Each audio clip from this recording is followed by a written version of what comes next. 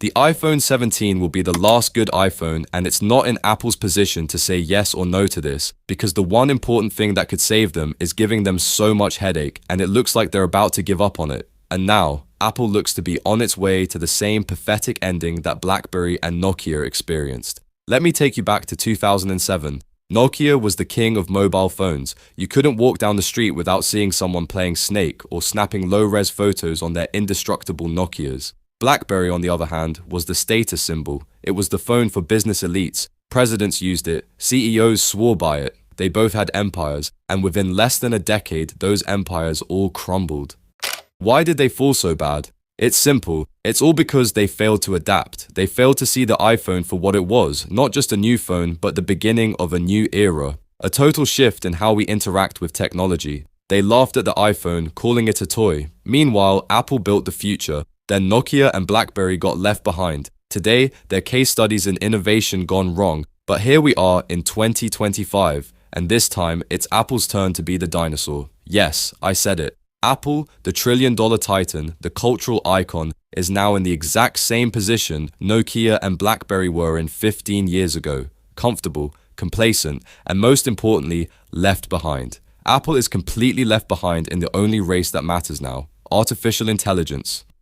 Let's be honest, while OpenAI, Google, Microsoft, and even startups are shipping AI breakthroughs at a breakneck pace, Apple is out here tweaking icons and selling us the same phone year after year. Siri, which launched over a decade ago as a supposed revolution in voice assistants, is now a punchline. It's embarrassing. Ask Siri to set a reminder and you're rolling dice. Meanwhile, ChatGPT can write your emails, code your apps, and even think through legal arguments. This isn't a knock on the iPhone's hardware. Apple still makes beautiful devices. But in the AI age, beauty isn't enough. Capability matters more. Adaptability matters more. And Apple has shown time and time again that it's either unwilling or incapable of keeping up. Over the past 2 years, we've seen the explosion of generative AI, tools that can see, speak, understand, and create. AI agents that can navigate the web, perform complex tasks, and even simulate conversations better than most humans. But where's Apple in all this? They are completely silent. Their biggest attempt at artificial intelligence was when they lied about it, making people believe that they'd get a full package of Apple Intelligence if they buy the new iPhone 16, but only part of it has been released till now. But the competition is not slowing down. We're seeing Google's Gemini integrate across Workspace. Microsoft is putting Copilot in Word, Excel, Outlook, even Windows itself. ChatGPT is becoming an ecosystem of its own. And Apple? They're still bragging about camera upgrades and recycled aluminum. It's insulting how far behind they are, especially considering how expensive their devices are.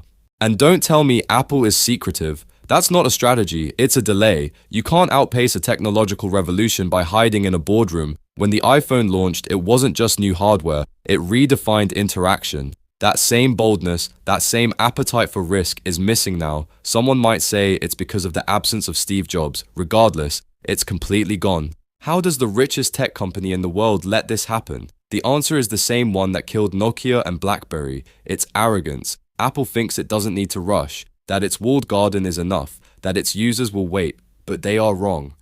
Go ask an 18-year-old today what they think of Nokia or BlackBerry. You'll get a shrug because they don't know nothing about it. That's the future of Apple unless they make a radical shift now. Apple is a $3 trillion company, but so was Exxon, and so was GE. Big doesn't mean invincible. In fact, the bigger you are, the slower you move, and the harder you fall. In tech, speed always wins, vision always wins, and right now, Apple has neither. They're comfortable, they're proud, they think they can out-design the future, but design without intelligence is decoration. And in the age of artificial intelligence, decoration doesn't cut it. The revolution is here, and if Apple doesn't catch up, then history will repeat itself, just like Nokia, just like BlackBerry, and when that happens, don't say no one saw it coming. Thanks for watching, and I'll catch you in the next one.